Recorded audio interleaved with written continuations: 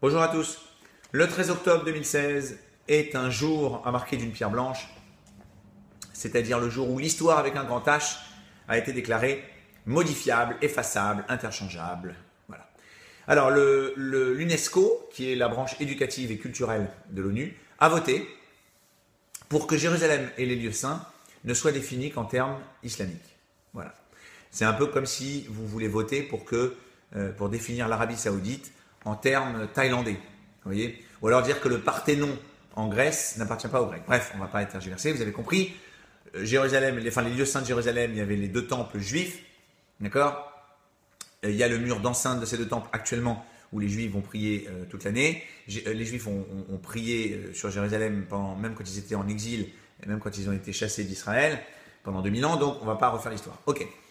Qu'est-ce que je veux dire? Oui, ce qui m'intéresse dans cette vidéo, c'est que ce vote en fait de l'UNESCO, il illustre à merveille, si vous voulez, la façon dont l'islam sunnite traite ou s'accoutume de la religion juive. Je ne sais pas comment le dire en fait, vous allez comprendre. Déjà, comment Jérusalem est devenue sainte pour les musulmans? Alors, aux premières sources de l'islam, la mosquée Al-Aqsa est mentionnée une fois dans le Coran, et en fait, les sources islamiques, les sources de l'islam, expliquent qu'il y avait deux mosquées, Al-Masjid Al-Adna, la mosquée proche, et Al-Masjid Al-Aqsa, la mosquée lointaine, d'accord, celle qui nous intéresse, située entre Mecca et Taaf, en péninsule arabique, donc l'Arabie Saoudite actuelle. Et on nous mentionne, le Coran mentionne Al-Aqsa dans le cadre du voyage nocturne, le mythe du voyage nocturne de Mahomet, depuis la Sainte Mosquée, donc Al-Aqsa, et depuis la Sainte Mosquée, la Mecque et Al-Aqsa. D'accord, donc c'est dans ce cadre-là que Al-Aqsa est mentionné. Par contre, ce qui se passe, c'est qu'il y a un petit hic. 50 ans après la mort de Mahomet, en 682 de l'ère actuelle, il y a un homme très fort qui dirige la Mecque. C'est Abd Allah ibn al-Zubayr. Et lui, il n'aime pas les Omeyyades et il les empêche de venir pèleriner. Et pour les Omeyyades, c'est une catastrophe parce que le pèlerinage à la Mecque est quelque chose de très important. C'est un des 5 piliers de l'islam. Et donc, qu'est-ce qu'ils font les Omeyyades?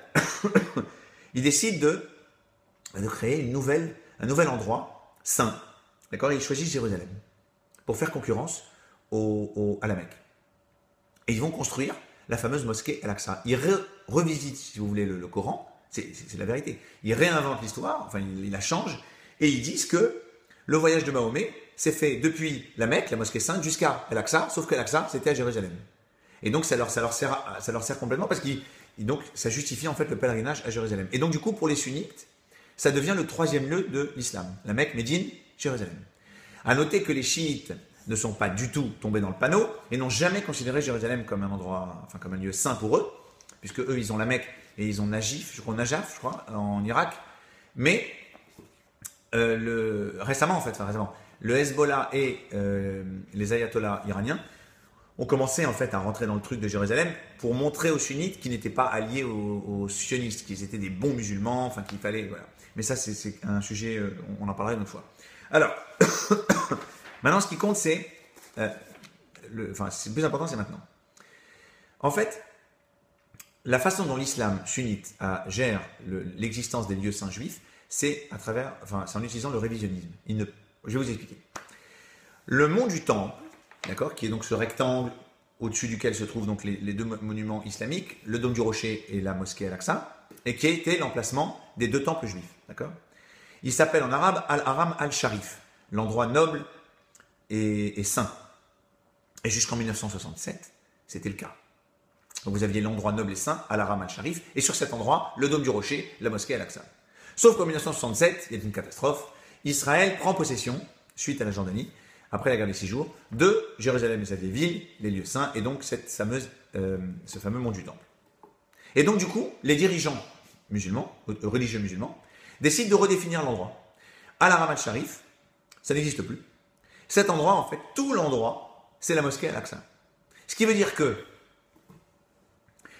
quand une personne non musulmane, juive en l'occurrence, rentre dans cet endroit, il souille l'islam. Il souille l'islam parce qu'il rentre, c'est comme s'il rentrait dans la mosquée. Ça, c'est quand même très utile. D'accord. Or, Il n'y a pas besoin de vous prouver que c'est ce que je dis. Vous le trouvez dans un livre qui a été écrit par Haj Amin al-Husseini, le grand mufti de Jérusalem, grand antisémite devant l'Éternel quand même. Hein. Mais lui, il écrit clairement, il y a Al-Haram al-Sharif qui comprend tout ce rectangle, avec voilà, les bâtiments, les monuments, et à un endroit du rectangle, il y a la mosquée Al-Aqsa. Donc il n'y a pas de problème. Vous trouvez ça dans l'Office du tourisme jordanien de 1965, etc., etc. Sauf que, depuis 67, ah bah là, oui, tout change. Et c'est pour ça que maintenant, vous voyez la police israélienne qui arrête les juifs qui vont sur le mont du Temple, par exemple pour se marier et mettre l'alliance. Un homme a voulu mettre l'alliance à sa femme et faire la bénédiction du mariage et repartir. Ils ont été arrêtés. Les musulmans se sentent offensés. Personne ne doit, et ils ont fait ça pour ça en fait, hein, c'est que personne ne peut venir sur ces lieux saints. Il n'y a pas de lieu saint juif dans cet endroit, vous voyez. Vous trouvez dans les prêches musulmans du vendredi, c'est très fréquent, ils vous disent que Al-Hayak al-Mazoun, c'est-à-dire le supposé temple juif, si jamais il a existé, il n'a jamais été à Jérusalem. On continue dans le mensonge. D'accord ? Mais cette attitude-là, et c'est ça que je vais vous montrer, on va finir là-dessus, cette attitude-là, elle a tout le temps eu lieu. D'accord ? Ça fait très longtemps, par exemple, j'avais noté que le caveau des patriarches qui se trouve à Hébron, d'accord ? Donc, c'est là où étaient enterrés les patriarches juifs, Abraham, Isaac et Jacob. En arabe, ils l'appellent Al-Ibrahim Mosque. C'est devenu une mosquée, si vous voulez. D'accord ? La tombe de Rachel, c'est plus la tombe de Rachel, c'est Bilal ibn Rabah. D'accord ? Et quand les musulmans ont envahi Jérusalem, comment ils l'ont appelé ? Ils l'ont appelé Bait al-Maqdis. D'accord ? Et Bait al-Maqdis, c'est juste la prononciation arabe du mot hébreu Bet Amikdash. Pour les plus hébraïsants d'entre vous, Bet Amikdash, c'est juste le nom du temple juif. Donc c'est comme ça qu'ils ont toujours procédé. Dans les années 20, d'accord, 1920,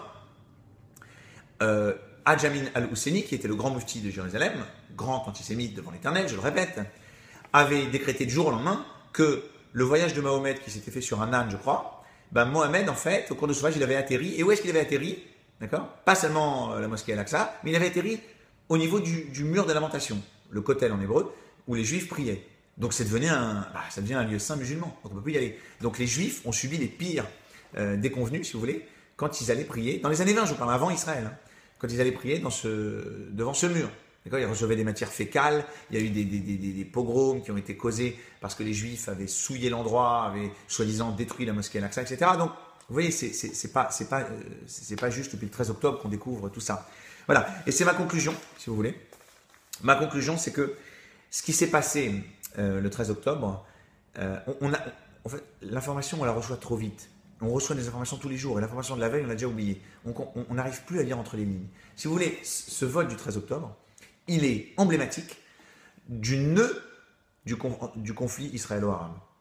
Et je m'explique. En tout cas, un des nœuds, et c'est pour moi le nœud principal.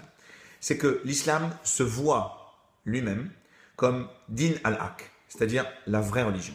Et elle voit les autres religions, d'accord, le judaïsme, le christianisme, comme din al-batil, les religions qui sont fausses. Vous me direz, toutes les religions considèrent que sa propre religion est vraie. Sauf que pour l'islam, les autres religions qui sont fausses doivent, c'est ça le but ultime, c'est ça l'idée, elles doivent disparaître. D'accord ? Il ne doit rester que l'islam. Et c'est ça le problème. C'est ça le problème. Il ne peut pas y avoir eu en Israël, donc, de lieux saints juifs, d'histoire juive, de religion juive. Les juifs ne peuvent pas revenir après 2000 ans d'exil et revendiquer quoi que ce soit de juif là-dedans, parce que c'est pas possible pour l'islam. Cette terre a été islamique, elle le sera toujours. Vous voyez ? Voilà. J'espère que vous avez appris des choses. Et vous avez remarqué, j'ai mis donc le t-shirt de George Orwell. Donc si vous ne l'avez pas lu, je vous encourage à le faire. C'est 1984. Et là, il est écrit « Who controls the past, controls the future ». Eh oui, mes amis, celui qui contrôle le passé maîtrise à coup sûr le futur. Si vous réécrivez l'histoire de Jérusalem, par exemple, comme ça a été fait le 13 octobre, et vous dites qu'il n'y a aucun lien entre Jérusalem et les Juifs, peut-être dans le futur, il y aura des enfants qui diront que les Juifs n'ont jamais vécu en Israël. Et voilà, c'est ça le but, vous voyez, c'est ça le but recherché. Il faut toujours essayer de contrôler le passé, surtout du point de vue de l'islam sunnite. Voilà, à bientôt mes amis, bye bye.